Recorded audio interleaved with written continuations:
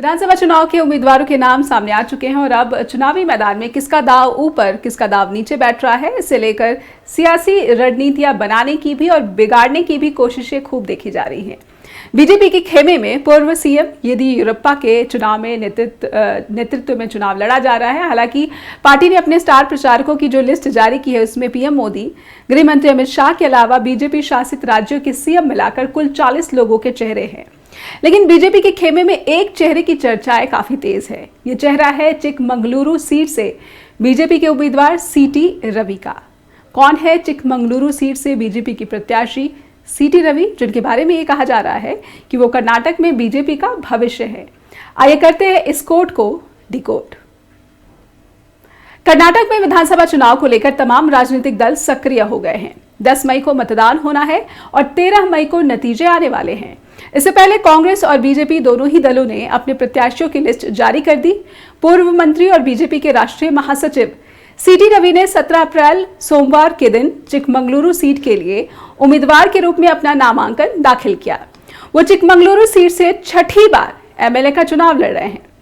आइए पहले सीटी रवि के बारे में जान लेते हैं कि उनका राजनीतिक सफर जो है वो किस तरह से रहा है।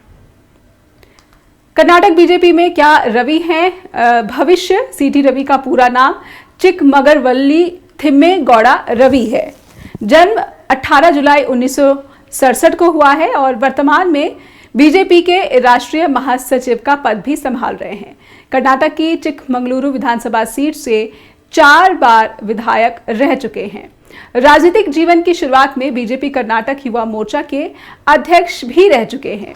सीटी रवि ने 1999 में चिकमंगलुरु सीट से पहला चुनाव लड़ा था। 1999 में चिकमंगलुरु सीट से चुनाव लड़ा था पहला और कांग्रेस के प्रत्याशी के सामने 932 वोटों के अंतर से हार गए थे।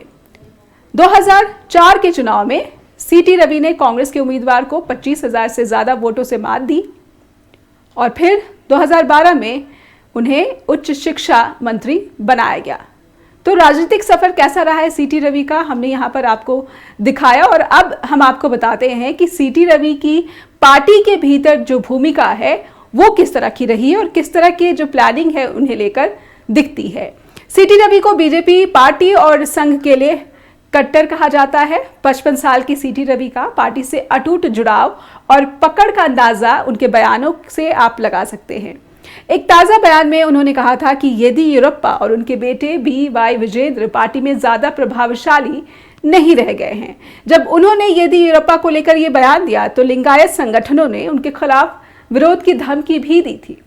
सीटी रवि वो कलिंगा समुदाय से आते हैं। हालांकि बीजेपी लीडरशिप ने उन्हें ऐसे बयानों को लेकर सतर्कता बरतने को कहा था, हिदायत दी थी। असल में सीटी रवि को एक हिंदुत्ववादी नेता के रूप में भी देखा जाता है। रवि के विवादास्पद बयानों में से एक कांग्रेस के पूर्व मुख्यमंत्री सिद्धारमैया को सिद्दारमुल्ला खान कहे जाने वाला बयान भी शामिल है। सीटी रवि अपने राजनीतिक जीवन की शुरुआत में अनंत कुमार समूह के साथ जुड़ाव रखते थे, जिसका बीजेपी के मोदी पूर्व युग में केंद्रीय बीजेपी में एक बड़ा दबदबा था।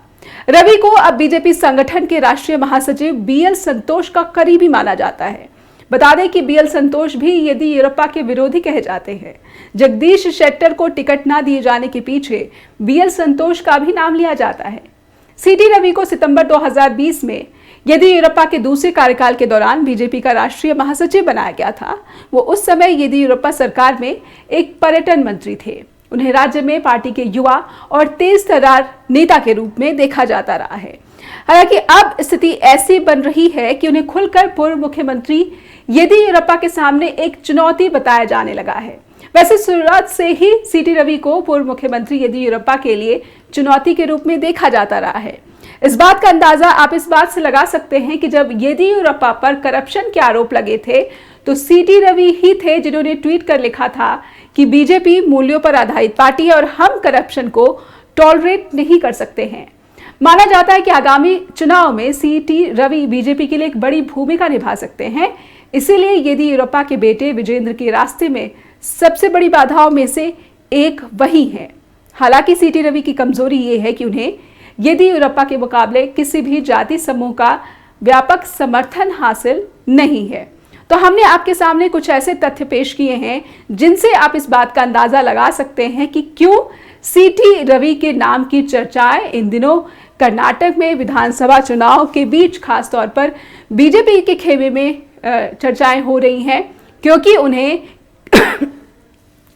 कहीं ना कहीं येदियुरप्पा के समानांतर एक नेता के तौर पर जो है प्रोजेक्ट करने की कोशिश हो रही है। हालांकि सीटी रवि का जो राजनीतिक सफर है ये भी कम महत्वपूर्ण नहीं कहा जा सकता है, क्योंकि पहले वो अनंत समूह के साथ जुड़े रहे केंद्रीय बीजेपी के नेतृत्व में, और अब उनका जो जुड़ाव है, उनकी जो करीबी है, निकटता है, वो कही जा रही है बीएल संतोष के साथ, जिनका कर्नाटक बीजेपी में भी अच्छा खासा प्रभाव है। और ये भी कहा जाता है कि जो बीएल संतोष हैं वो कहीं ना कहीं येदियुरप्पा के साथ मनमुटाव उनका बना रहता है, और विधानसभा चुनाव में बीजेपी ने जिन नामों पर टिकट जारी किया है उस पे ज़्यादा प्रभुत्व जो है वो बीएल संतोष का ही दिखता है, और येदियुरप्पा के कुछ चेहरों को यहाँ पर टिकट नहीं दिया गया है। और जिससे ये भी बातें सामने आ रही हैं कि येदियुरप्पा खास करके जगदीश शेट्टर के एपिसोड के बाद से